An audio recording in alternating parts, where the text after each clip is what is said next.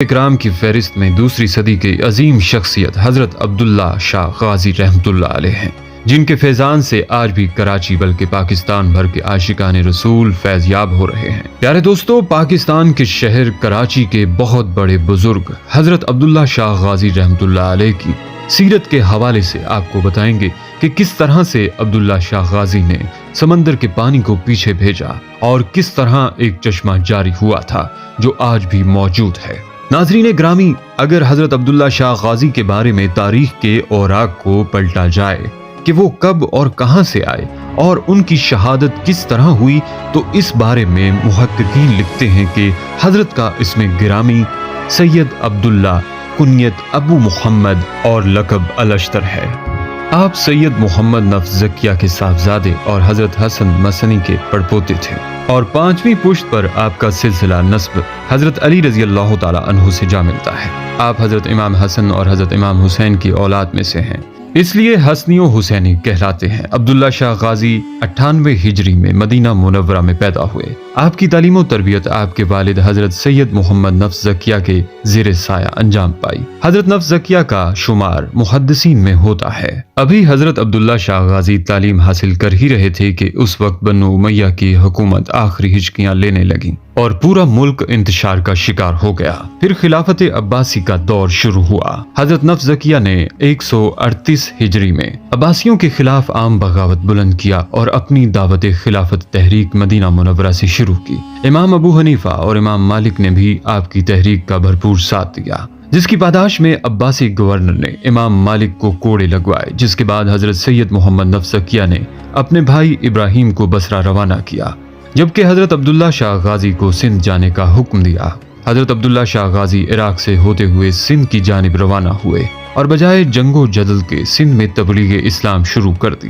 آپ لگ بھگ 12 سال تک تبلیغ اسلام میں مصروف عمل رہے اور ہزاروں کی تعداد میں لوگوں کو مشرف با اسلام کیا۔ آپ سندھ میں گھوڑوں کے تاجر کی حیثیت سے داخل ہوئے تھے اور اسلام کو پھیلانے کا کام انجام دے رہے تھے، لہٰذا سندھ کے عوام میں آپ کو بڑی تعظیم کی نگاہ سے دیکھا جاتا تھا اور آپ کو بے پناہ مقبولیت حاصل تھی۔ حضرت عبداللہ شاہ غازی سندھ میں داخل ہونے والے پہلے سادات، بزرگ و مبلغ تھے۔ آپ کی مقبولیت اور مریدین کی بڑھتی ہوئی تعداد دیکھ کر لوگ ان سے حسد کرنے لگے۔ ان کی سندھ میں موجودگی کے حوالے سے سندھ کے آس پاس کے عباسی گورنر عمر بن حفظ کو آگاہ کر دیا گیا، مگر کیونکہ گورنر سادات کا بے حد احترام کرتا تھا، لہٰذا اس نے لوگوں کی بات سنی انسنی کر دی اور باقاعدہ طور پر حضرت عبداللہ شاہ غازی سے ملاقات کر کے ان کے ہاتھوں پر بیعت کر لی۔ اس دوران حجاز میں عبداللہ شاہ غازی کے والد محترم محمد نفس زکیہ کو عباسی فوجیوں نے شہید کر دیا، جس کے بعد عباسی خلیفہ المنصور نے عمر بن حفص کو حضرت عبداللہ شاہ غازی کو گرفتار کر کے فوراً دربار خلافت میں حاضر کرنے کا حکم جاری کر دیا، لیکن گورنر سندھ نے آپ کو گرفتار کرنے کی بجائے سندھ کی ایک ساحلی ریاست میں بھیج دیا، جہاں آپ 4 سال تک ہندو راجا کے مہمان رہے۔